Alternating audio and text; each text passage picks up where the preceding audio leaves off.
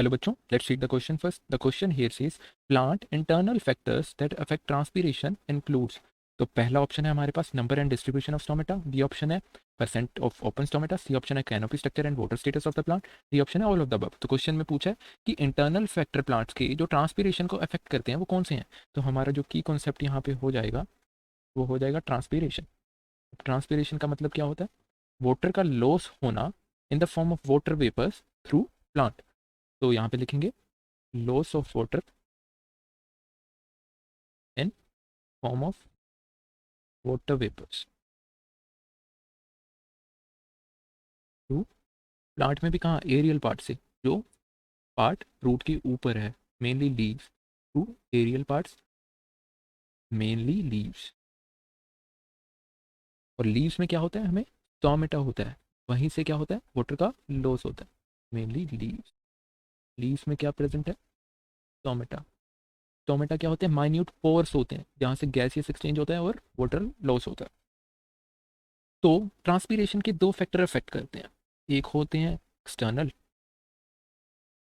और एक होता है इंटरनल. अब एक्सटर्नल फैक्टर में वो फैक्टर्स आते हैं जो प्लांट के कंट्रोल में नहीं है.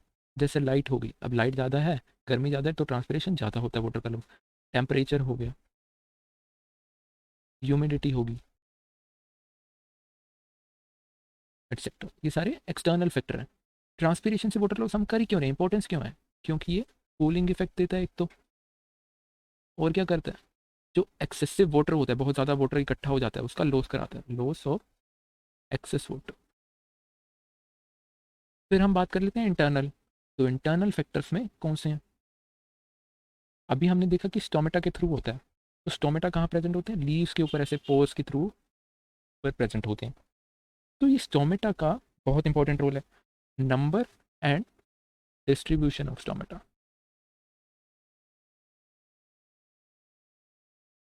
अगर स्टोमेटा का नंबर ज़्यादा है तो ट्रांसपीरेशन भी ज़्यादा ही होगा. हाई है तो ट्रांसपीरेशन हाई है. और अगर स्टोमेटा लीव्स की अपर सरफेस पे प्रेजेंट है, लोअर के अलावा, तो सीधी लाइट पड़ रही है तो ट्रांसपीरेशन ज़्यादा होगा क्योंकि टेम्परेचर ज़्यादा है, गर्मी ज़्यादा है. तो यहाँ पे लिखेंगे F on upper surface,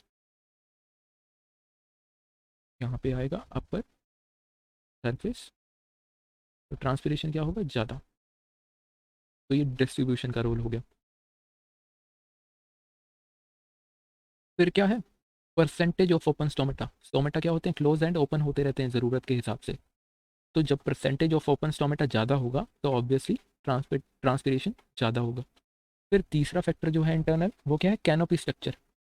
canopy structure, canopy का मतलब क्या होता है, शेडिड एरिया होता है.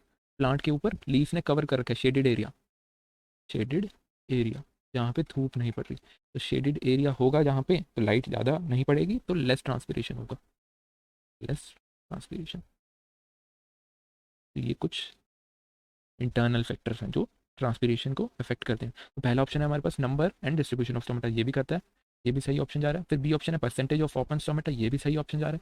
Canopy structure and water status. अब वाटर स्टेटस क्या होता है, जब प्लांट में वाटर ज़्यादा हो जाए, वाटर एक्सेस हो जाए, जितना उसे चाहिए ही नहीं, तो ट्रांसपीरेशन करवाना पड़ेगा. तो लॉस रिक्वायर्ड. अब लॉस रिक्वायर्ड है तो क्या करेंगे, ट्रांसपीरेशन करेंगे. तो वाटर स्टेटस भी इंटरनल फैक्टर है, तो ये भी सही स्टेटमेंट है. तो डी ऑप्शन है ऑल ऑफ द अबव. तो ये सारी स्टेटमेंट सही है, तो आंसर जाएगा हमारा D all of the above. I hope you understand it well. Thank you very much.